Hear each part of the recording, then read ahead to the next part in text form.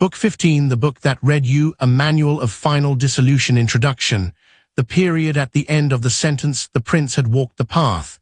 He had burned, he had drowned, he had flown, he stood at the end of the road. There was no more ground, there was no more sky, there was only a white abyss. He realized he wasn't the one walking the road, he was the road.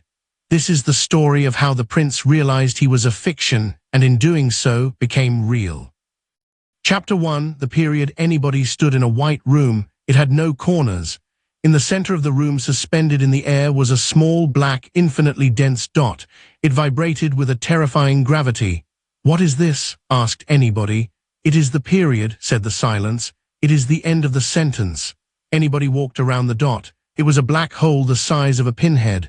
"What happens if I touch it?" "If you touch it," said the silence, "the sentence ends. The story stops." "Oi ceases." "But I don't want it to stop," cried anybody.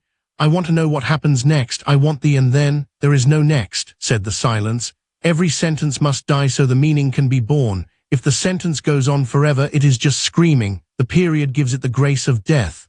Anybody reached out. His hand trembled. He realized that his whole life had been a run-on sentence, a frantic scramble of commas and conjunctions. He was tired of the and. He was ready for the stop. He touched the dot. Click. The world didn't explode, it didn't vanish, it just stopped. The movement ceased. The seeking ceased. The vibration ceased. He was frozen in a moment of absolute crystalline perfection. He realized that ending wasn't death, it was completion.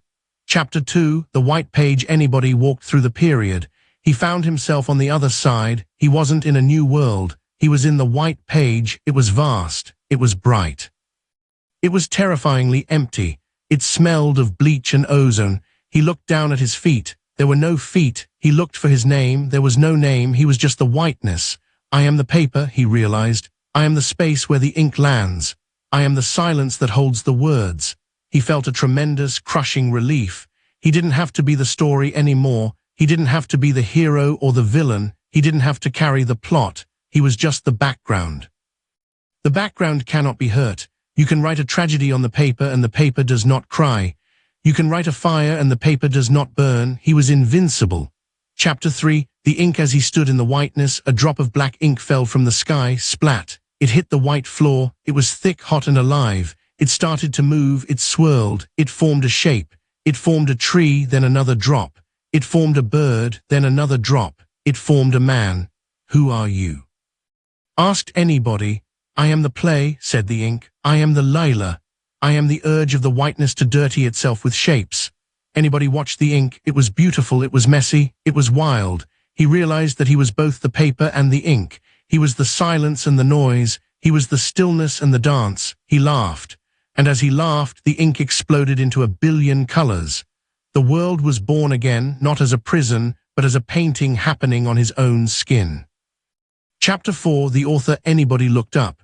"Who is writing this?" he asked. "Who is holding the pen?" He looked higher. He looked past the sky. He looked past the universe. He saw a hand. It was a giant hand holding a pen of light. It was writing the words. Anybody looked up.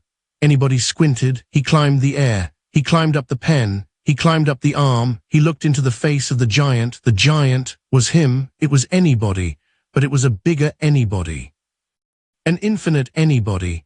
He was writing his own life. Every tragedy, every victory, every moment of confusion, he had written it all. He wasn't the victim of the plot. He was the architect. "Why?" he asked his giant self. "Why did you write the pain? Why did you write the burning ground?" The giant smiled. "Because a story without conflict is boring, and I wanted to feel everything." Chapter 5, the reader. The giant anybody looked down at the small anybody. "The book is finished," said the giant. "There are no more pages." "What do I do now?" asked the small anybody. "You disappear," said the giant. "You merge back into me. But before you go, look at him." "Who?" "The reader."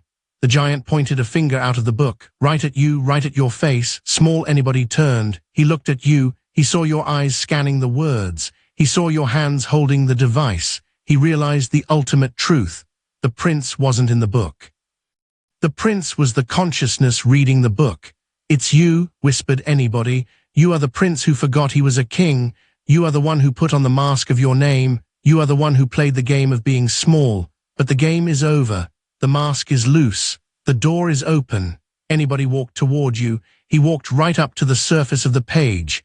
He pressed his hand against the screen of your mind. I am not a character, he said.